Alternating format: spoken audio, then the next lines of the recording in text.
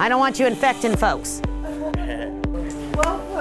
Haley, she has pneumonia, don't wake her up. Having known Julie Garcia for about a year, I already knew she was a force to be reckoned with, but I had no idea what a force she really was until I followed her around for a week. Yeah, reduce fare. Reduce fare. And that would be amazing for even us nonprofits who have to buy this. Good morning, Miss Julie. How are you, brother? Great, can't complain. You want that cinnamon roll I heard? These are our only ADA accessible beds. The 6 down here on the bottom because we don't have a ramp. I love that purse. I like that. My leg purse, I'm making it a thing. Remember, Diamond is coming in tonight. If he passes, you have to drug test him tomorrow, and then let's get him on some shifts. What else?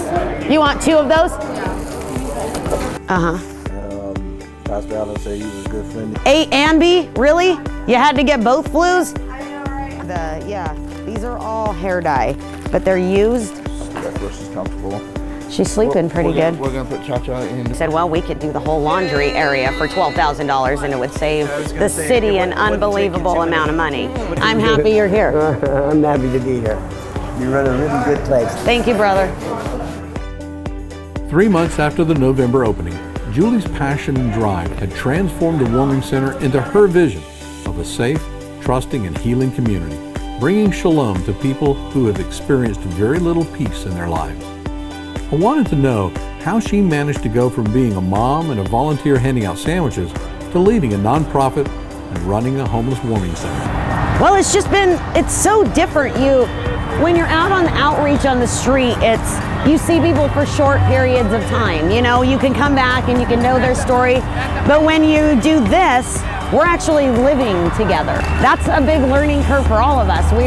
Things that we aren't aware of that we never knew, now we know, and we're learning and trying to change with that as we go. We've never run a shelter. I've never been an employer before. But Julie didn't let her lack of experience stop her, and her growing list of successes clearly demonstrates impressive intuitive abilities and leadership gifts, not to mention a deep personal reservoir of compassion toward those in need. There's nothing like a road trip to start a conversation.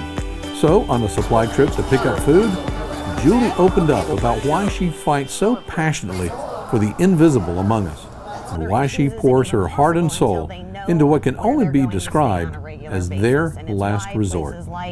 Low barrier shelters are important because if you are currently using, you have now limited the places you can go for the night.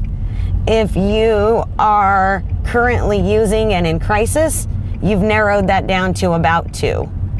When then you take into consideration barriers like men and women, gender, anything like that, you're limiting places altogether. That's why low barrier is important. That's what we see on a regular basis is the people that have been banned or kicked out from everywhere else. This truly is the last place that they can go for the night. And I just really, for my own personal self, believe the punishment for not adhering to the rules can't be death. That's not appropriate for me to determine. So we let people in whatever condition they're in, because tonight may be the night that they overdose, or tonight may be the night that they freeze to death.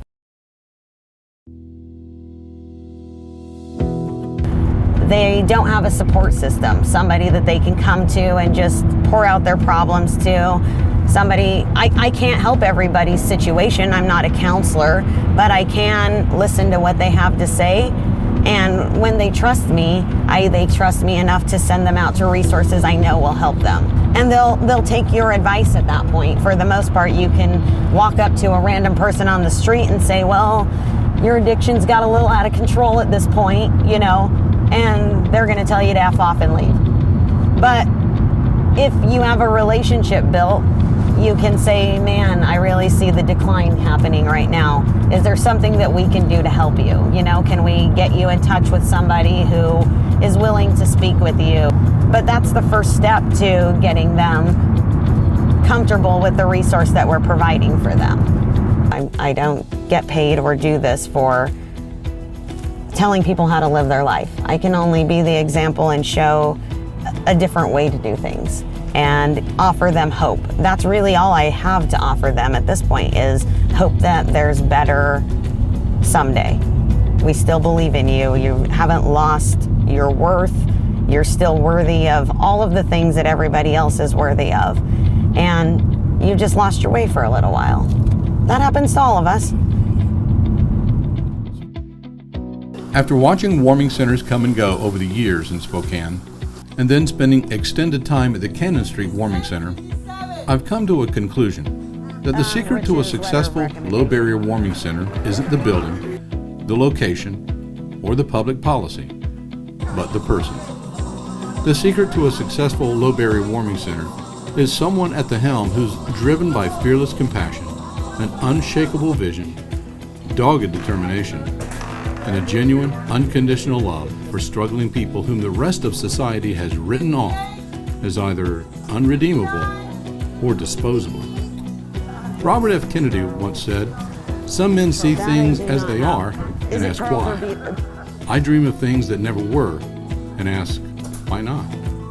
To operate a truly successful warming center, you have to be someone who dreams of things that never were and who's willing to pay the price for pursuing the dream.